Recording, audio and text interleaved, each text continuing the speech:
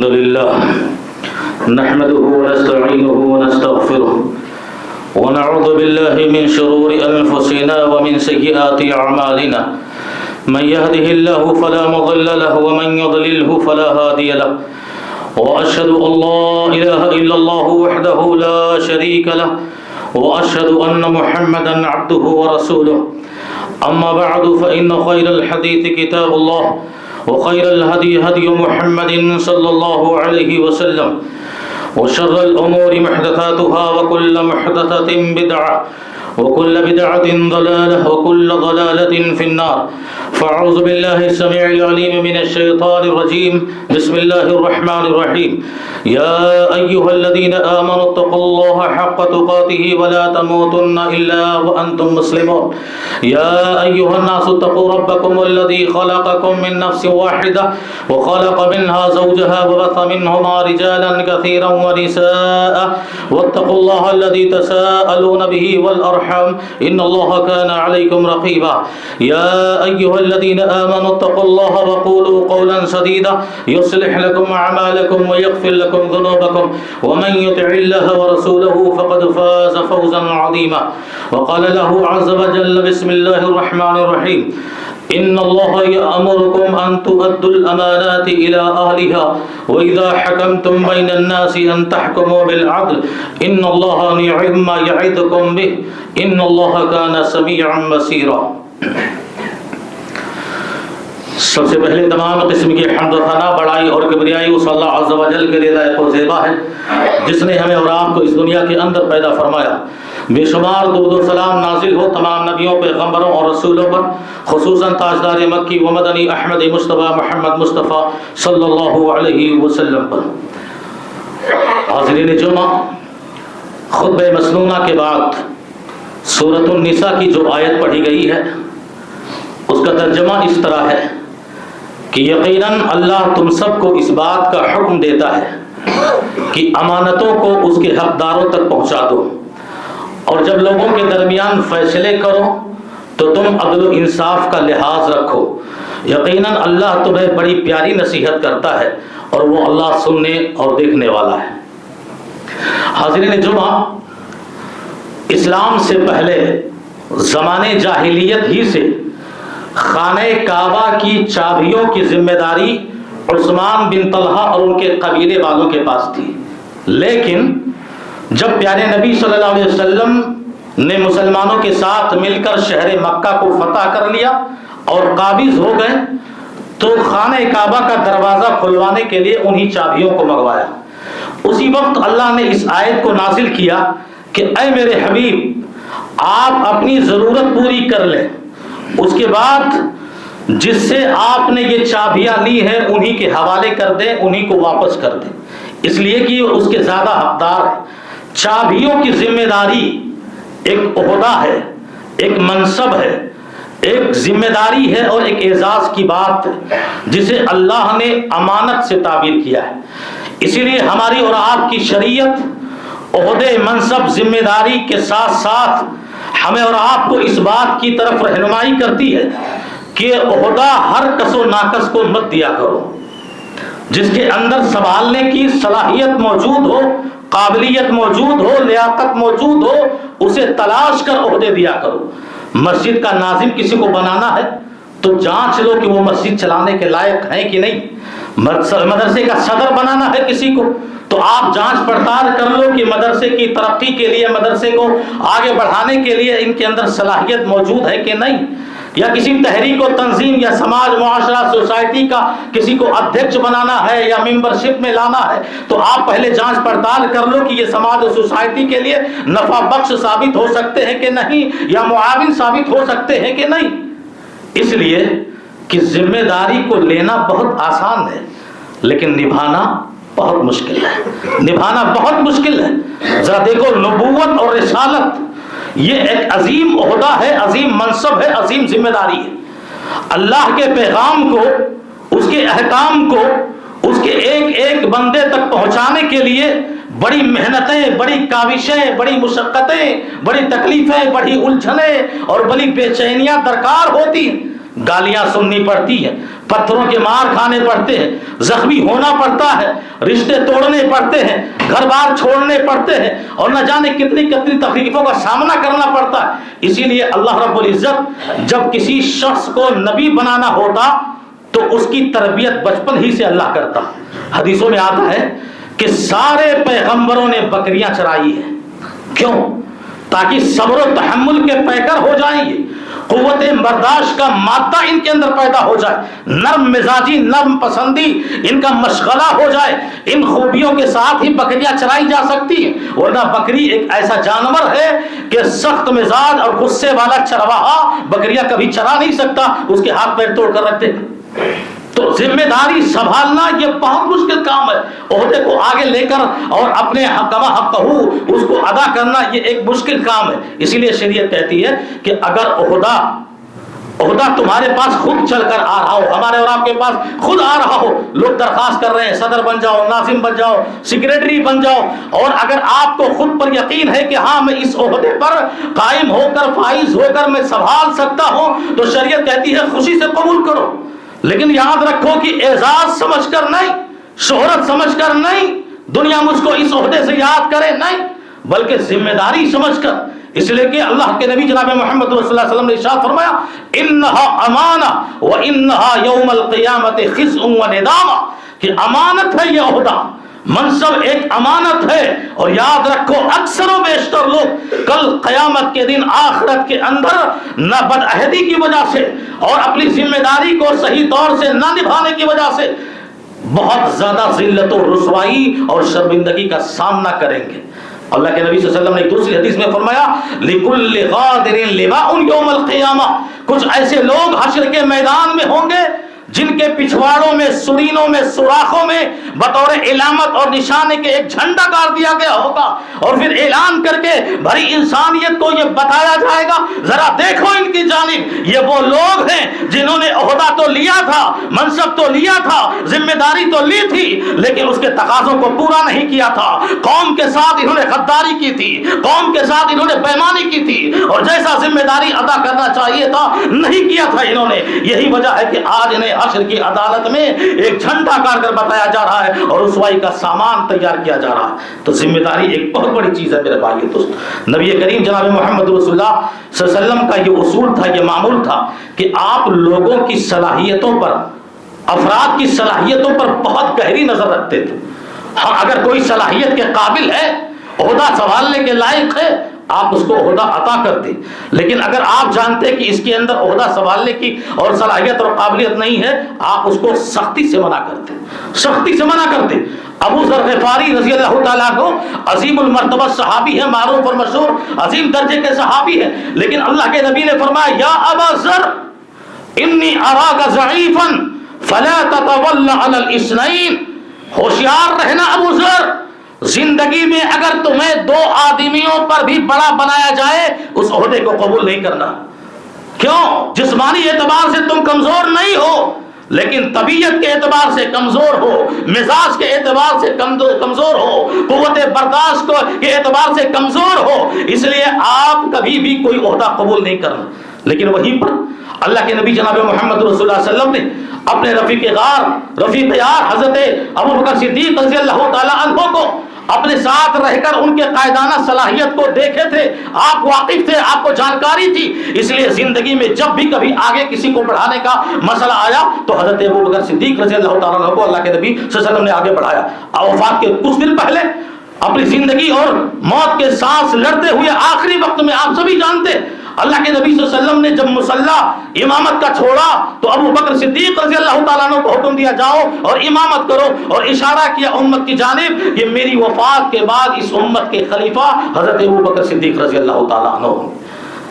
اسی طرح شریعت ایک اور بھی قانون پیش کرتی ہے، یہ قانون آج کے مسلمانوں کے لیے بھی ہے اور قیامت تک کے آخری مسلمانوں کے لیے۔ شریعت نے قانون پیش کیا کہ مانگنے والوں کو کبھی بھی عہدہ مت دو، کبھی کوئی ذمہ داری مت دو۔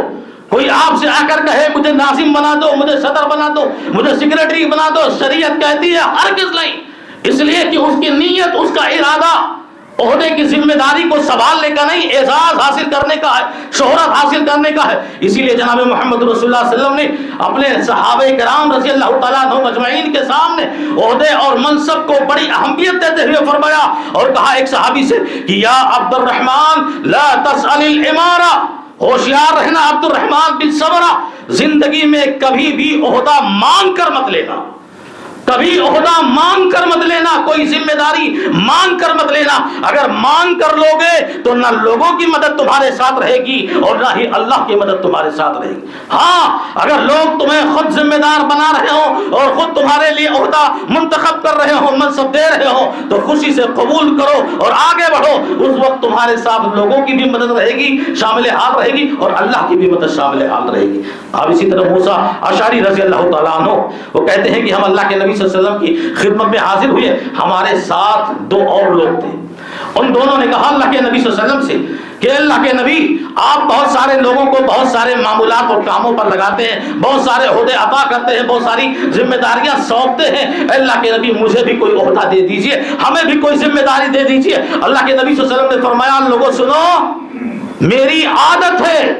یعنی نبی کی عادت تو ہر امتی کی عادت ہونی چاہیے۔ نبی نے کہا میری عادت ہے جو میرے سامنے آ کر عہدہ مانگے میں اسے کبھی عہدہ نہیں دیتا، میں بھی کبھی اسے ذمہ داری نہیں دیتا ہوں۔ ہاں ایک بات اور ہے، شریعت کہتی ہے کہ جب دیکھو کہ عہدوں پر، ذمہ داری پر غداروں کا پہرا ہے، خیانت داروں کا پہرا ہے، دنیا پسندوں کا پہرا ہے، دنیا پرستوں کا پہرا ہے، مفاد پرستوں کا پہرا ہے، اور ہر کوئی طاق میں لگا ہوا ہے کہ مجھے یہ منصب یہ عہدہ مل جائے، میری دنیا بن جائے اور میری دنیا سنور جائے۔ اگر اس طرح دیکھو کہ قوم و ملت کا مستقبل اور فیوچر خطرے میں نظر آ رہا ہو، جتنے ہیں سب غدار ہی نظر آ رہے ہیں، تو شریعت اجازت دیتی ہے کہ خود پر اعتماد کرو اور انسانوں کی خدمت کے لیے، مخلوق کی خدمت کے لیے، جماعت و جمعیت کی خدمت کے لیے، مسجد و مدرسے کی خدمت کے لیے آگے بڑھ جاؤ اور عہدہ مانگ کر لو، یہ شریعت پوری اجازت دیتی ہے۔ اور دلیل حضرت یوسف علیہ السلام نے بادشاہ مصر سے کہا تھا، قرآن مجید میں موجود ہے، اجعلنی علی خزائن الارض، اے بادشاہ سلامت مجھے شہر مصر کا فائنانس منسٹر بنا دیجئے، مجھے وزیر خزانہ بنا دیجئے۔ مانگ کر یوسف نے یہ عہدہ لیا، کیوں؟ اس لیے کہ بادشاہ نے جو خواب دیکھا تھا،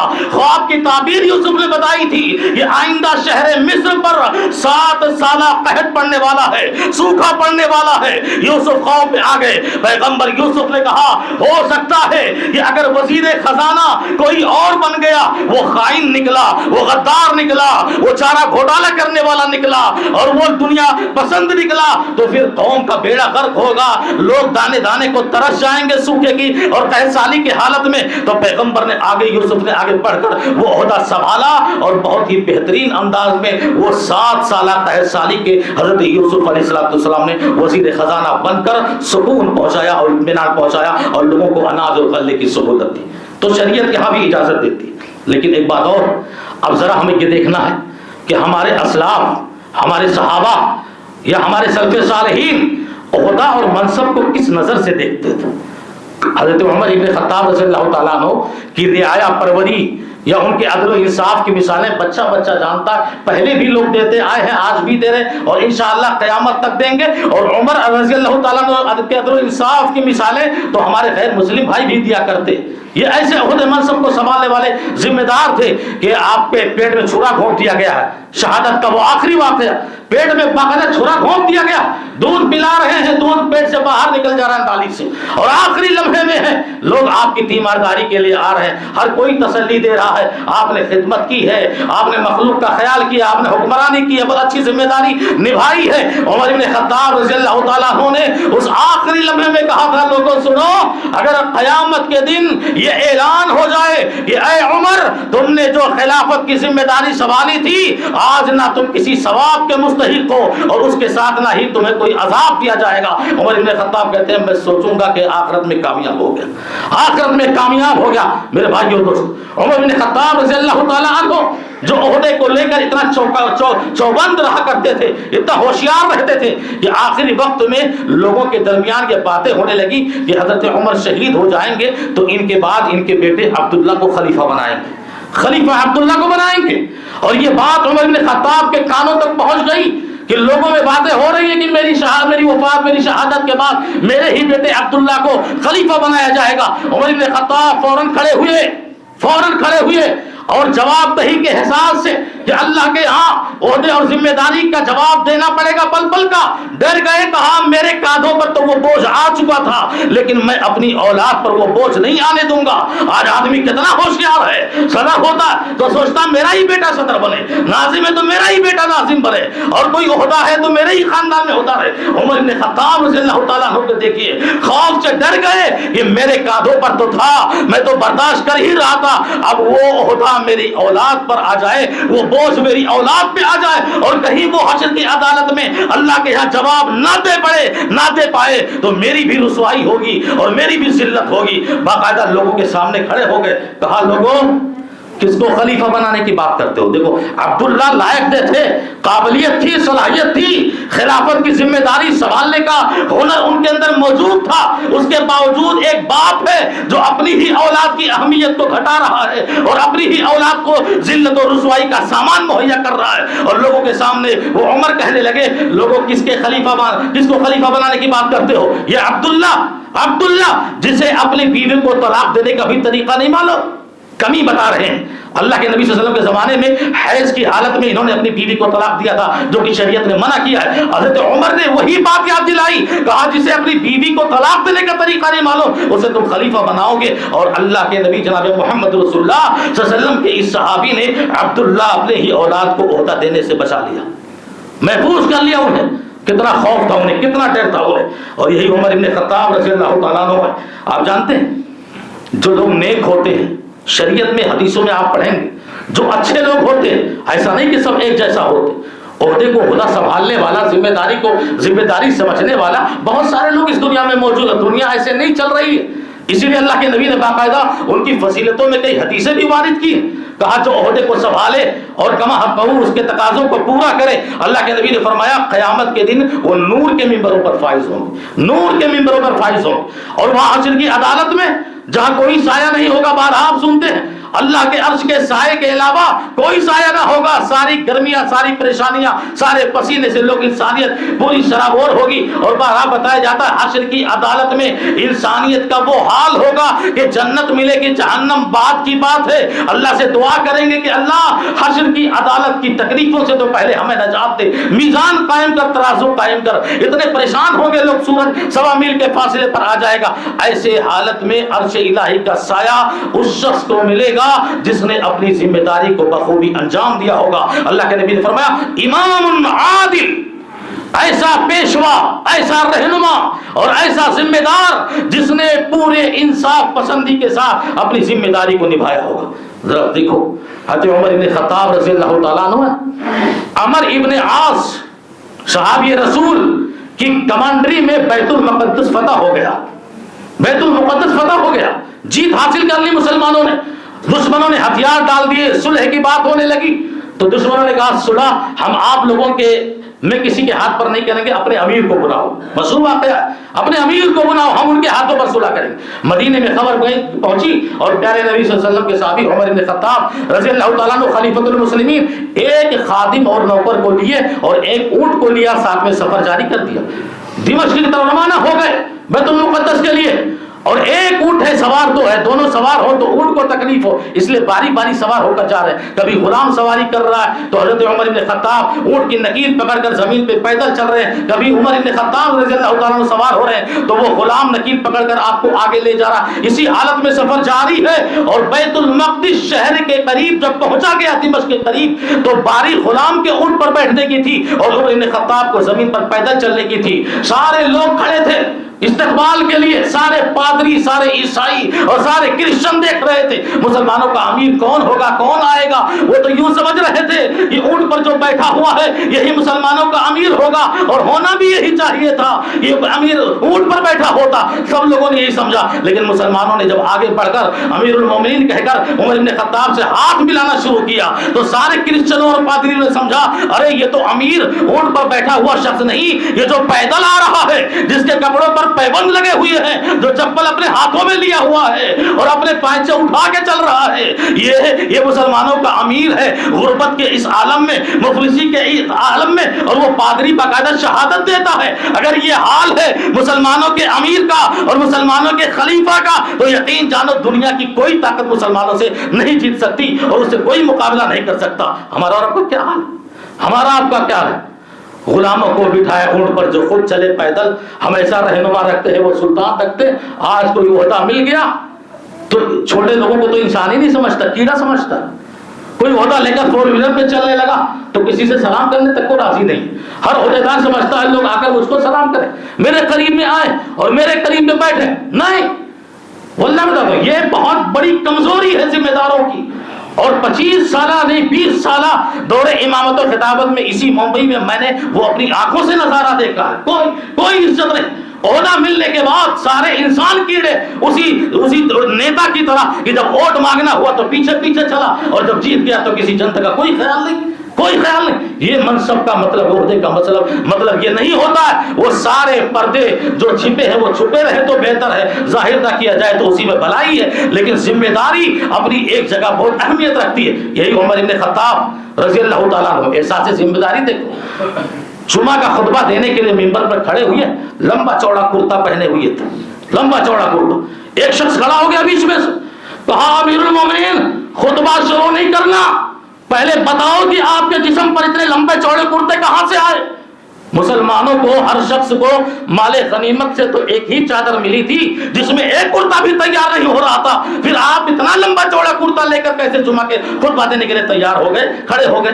عمر بن خطاب رونے لگے، اللہ کی قسم رونے لگے، لیکن وہ رونا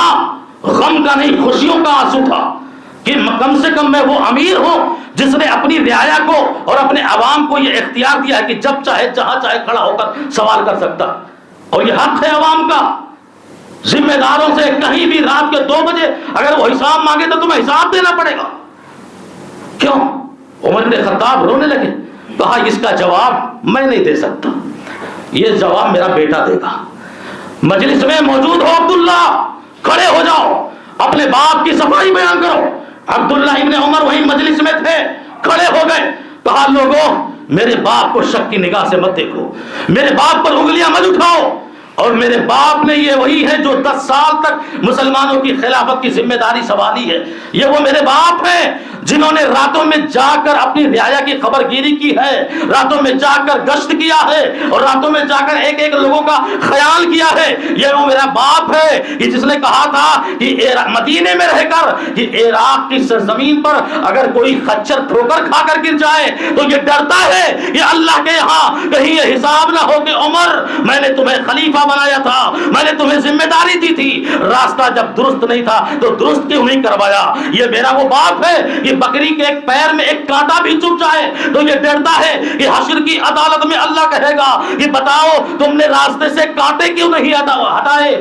کیسے بکری کے اللہ جانوروں کو لے کر میرا باپ اتنا پریشان ہے۔ میں نے اپنی آنکھوں سے دیکھا ہے، اپنی رعایا کے لیے میرا یہ باپ رات رات آنسو بہاتا ہے، اپنے احساس ذمہ داری کو یاد کر کے نہ جانے کتنا روتا ہے، اور آج تم نے اس پر انگلیاں اٹھائی ہیں، آج تم نے اسے جو ہے شک کی نگاہ سے دیکھا ہے۔ سنو یہ وہی میرا باپ ہے کہ 17 پیبند کپڑوں میں لگا کر بڑے بڑے ملکوں کے بڑے بڑے بادشاہوں سے ملاقات کرتا تھا، مجھے اچھا نہیں لگا، میں بیٹا تھا، میرا باپ اس حال میں امیر ہو کر مسلمانوں کا اور بادشاہوں سے ایسا ملے، مجھے اچھا نہیں لگا، میں نے اپنے حصے کی چادر بھی اپنے باپ کو دے دی ہے، اور 2 چادریں ملا کر میرے باپ کا یہ کرتا تیار ہوا ہے۔ فوراً وہی بیٹھ گیا، جواب مل گیا، جب چوری نہ ہو، ڈکیتی نہ ہو، بددیانتی نہ ہو، خیانت نہ ہو تو سوال بھی رعایا کرے تو جواب اس کو تسلی بخش ملتا ہے۔ میرے بھائی اور دوستو اس کو یاد رکھو، یہ سارے واقعات ذمہ داروں کے ہوش اڑا دینے والے ہیں، کانوں کو کھڑا کر دینے والے ہیں۔ عمر بن خطاب رضی اللہ تعالیٰ عنہ نے ایسی مثالیں اسی دنیا میں قائم کی۔ پیارے نبی صلی اللہ علیہ وسلم نے ارشاد فرمایا، کیا فرمایا؟ اذا ضیعت الامانہ فانتظر الساعہ، غور سے سننا، جب امانت ضائع کر دی جائے تو پھر قیامت کا انتظار کرو۔ صحابہ نے کہا اللہ کے نبی امانت کیسے ضائع ہوگی؟ پیغمبر نے کہا جب عہدے اور منصب نااہلوں کے ہاتھوں میں دے دی جائے، جب ذمہ داریاں ایسے لوگوں کے ہاتھ میں دی جائے جو نہ قابلیت رکھتے ہیں، نہ صلاحیت رکھتے ہیں، اور نہ ان کے اندر دنیاوی مفاد کے آگے ذمہ داریاں نبھانے کی فکر ہوتی ہے، ایسے نااہلوں کے ہاتھوں میں ذمہ داریاں چلی جائیں تو پھر قیامت کا انتظار کرنا۔ میں آپ سے پوچھتا ہوں، ہمارے اور آپ کی دکانوں پر کام کرنے والے نوکر یا مسجدوں مدرسوں میں تحریکوں میں تنظیموں سے جڑے ہوئے لوگ اگر سیلری اور تنخواہوں کے علاوہ 2-4-10 ہزار کہیں لے کر چلے گئے، قوم کی آنکھیں چڑھاتی ہے، نہ جانے کیا کیا لوگ کہتے ہیں، کتنا خراب تھا، ہمت کیسے ہوئی، کیسے ناجائز لے کر کتنے پیسے چلا گیا، ہم اس کا گھر گرا دیں گے، اس کا دروازہ توڑ دیں گے، اس کا چوکھٹ اکھاڑ لائیں گے۔ اچھا لگتا ہے، واقعی اچھا لگتا ہے کہ اس نے تو غلط کیا جو 2-4-10 ہزار لے کر چلا گیا۔ اور یہاں اور خوشی ہو رہی ہے کہ ہماری قوم ابھی بیدار ہے، ہماری قوم ابھی جاگ رہی ہے، اس کے اندر ابھی ذمہ داری کو سنبھالنے کی اور محسوس کرنے کی جرات موجود ہے کہ یہ نہ جانے کیا کیا کہہ رہا ہے، لیکن وہی خون کے آنسو رونا پڑتا ہے، وہی دل تڑپ جاتا ہے، وہی دل زخمی ہو جاتا ہے، وہی افسوس ہوتا ہے جب سننے میں آتا ہے کہ دینی اداروں میں، دینی مراکز میں لوگوں نے لاکھوں کروڑوں روپے قبض کر گئے، پورا مٹکا کھا لیا، ہضم کر لیا، ڈکار تک نہیں دیا، اور یہ قوم کے لوگ ہیں جن کے کانوں پہ جوئیں تک نہیں رہتی۔ علامہ اقبال نے کہا تھا نا، قوت فکر و عمل پہلے فنا ہوتی ہے، پھر کسی قوم کے شوکت پہ زوال آتا ہے۔ قوم کے اندر جب خیانت آ جائے، بددیانتی آ جائے، اور جب دنیا پرستی آ جائے، آخرت کا خوف ختم ہو جائے، اللہ کے سامنے جواب دینے کی ہمت نہ رہ جائے، تو پھر یہ سمجھو کہ قوم تباہی کی طرف جا رہی ہے۔ کیوں میرے بھائیو، ایسا کیوں ہو رہا ہے؟ ایسا سودیلا پن کیوں؟ بلکہ ہم انہی کے ساتھ کھاتے ہیں، پیتے ہیں، یہ جاننے کے بعد بھی کہ یہ سودخور لوگ ہیں، یہ بے ایمان لوگ ہیں، یہ غدار لوگ ہیں، انہوں نے مسجدوں، مدرسوں کا، تنظیموں کا، تحریکوں کا نہ جانے کتنا روپیہ ہڑپ کیا ہے، کتنی خیانت کی ہے، اس کے باوجود ہم اس کا حوصلہ بڑھاتے ہیں۔ رہا وہ غریب اور دکھیا 2-4 ہزار لے گیا تو پیچھے پڑ گئے اس جن کے آنگن میں امیری کا شجر لگتا ہے، ان کا ہر عیب اور زمانے کو ہنر لگتا ہے، ہمت نہیں۔ اللہ کے نبی نے صاف کہہ دیا کہ جب امانت اور عہدہ اور ذمہ داری کسی ایسے نااہلوں کے ہاتھ میں دے دی جائے جو صرف دنیا کو پسند کرتے ہیں، آخرت کے اندر جواب دینے کا انہیں کوئی خوف موجود نہ ہو، تو پھر یاد رکھو کہ قوم کی تباہی مقدر ہے اور قیامت کا بہت جلد انتظار کرو۔ بہت بڑی بات ہے میرے بھائیو دوست، میں تو ممبر رسول پہ ہوں، بحیثیت امام ہوں، 20-25 سال سے ہی میں اللہ کا شکر ہے، میں جہاں یہ مسجد ہے، جہاں آپ خطبہ سن رہے ہو، تقریر سن رہے ہو، میں اور مسجدوں مدرسوں کی بات تو تحریکوں کی اور تنظیموں کی بات نہیں کرتا، لیکن یہاں کے لیے تو میں جو مصلی ہے یا جو ہمارے نوجوان خصوصی ہے، یہاں کے جو ذمہ دار ہیں، میں پوری ضمانت کے ساتھ گواہی دیتا ہوں، الحمدللہ ان کے ذہنوں میں کبھی کوئی فطور نہیں آیا، انہیں چلانا بھی آتا ہے، انہیں چلنا بھی آتا ہے، انہیں سنبھالنا بھی آتا ہے، وقت پڑے تو بچانا اور بچنا بھی آتا ہے۔ یہ سارے ہنر ذمہ داریوں کے ہر آدمی کو سیکھنا پڑے گا، ورنہ نہ جانے اس قوم کے شیرازے کہاں منتشر ہوں گے، اور یہ قوم کہاں بدنام ہوگی، اور یہ قوم کے لوگ کہاں رسوا ہوں گے۔ دنیا میں تو ہو ہی رہے ہیں، جس کی کوئی ضمانت نہیں، آخرت میں رسوائی سے کون بچائے گا؟ آخرت میں رسوائی سے کون بچائے؟ اللہ کے نبی نے ایسے نہیں کہا انہا امانہ و انہا خزی و ندامہ، ہوش کے ناخن لو، اور جو بھی ذمہ داریاں ایک حدیث کے تحت تو الا کلکم راعٍ و کلکم مسئول عن رعیتہ، ہر شخص ذمہ دار ہے، اور کوئی بھی آدمی بغیر سرپرست اور ذمہ دار کے پیدا ہی نہیں ہوتا۔ باپ ہے تو بیٹے کی ذمہ داری ہے، شوہر ہے تو بیوی کی ذمہ داری ہے، بھائی ہے تو بہنوں کی ذمہ داری ہے، نہ جانے سب ایک جیسا ایک دوسرے سے ذمہ داریوں میں بدھے ہوئے ہیں، لیکن قوم کی ذمہ داری اور رعایا کی ذمہ داری، عوام کی ذمہ داری، اور کسی تحریک کی ذمہ داری، کسی ادارے کی ذمہ داری، کسی جماعت جمعیت کی ذمہ داری ایک اپنی جگہ ایک الگ مقام رکھتا ہے میرے بھائیوں اور دوستوں۔ جہاں وعیدیں سنائی گئی وہاں فضیلتیں بھی سنائی گئی۔ اب فیصلہ ہمارے اور آپ کے اوپر ہے، آپ دنیا کے اندر آخرت کے اندر اندر اللہ کی وعیدوں کو پسند کرتے ہو یا اللہ کے فضیلتوں کے مستحق بننا چاہتے ہو؟ اللہ رب العزت سے دعا ہے العالمین ہم ذمہ داروں کے اندر اور ہر شخص کے اندر امانت داری کا جو ایک مضبوط کیڑا ہے جو ہمارے ایمان کو مضبوط کرتا ہے، اور ایک اشارہ کر دوں میں، مضبوط اتنا کرتا ہے امانت داری کہ جان کی بھی پرواہ نہیں ہوتی ہے۔ پیارے نبی کوئی کے گھر کو جب گھیر لیا تھا نا، مشہور بچے پڑھتے ہیں کتابوں میں مدرسوں میں، دشمنوں نے گھیر لیا تھا، آج رات تو ان کو قتل کرنا، آج رات تو قتل کرنا ہے پیغمبر کو۔ سارے دشمن اکٹھا ہو گئے، 2 منٹ کے اندر سنو امانت کی کتنی اہمیت ہے اسلام کے اندر۔ کہا آج قتل کریں گے رات کی تاریکی میں۔ اللہ کے نبی اور جبریل سے واسطہ لگا ہوا ہے، کہا جبریل نے اللہ کے نبی جاؤ مٹی اٹھاؤ کہ پڑھتے ہوئے سورہ یاسین چلے جاؤ یا جو بھی سورت ہے قرآن کی تلاوت کرتے ہوئے چلے جاؤ۔ مٹی اٹھایا، لوگوں کے سروں پہ ڈالنا، دشمن اندھے ہو گئے، آنکھوں پہ پردہ پڑ گیا، لیکن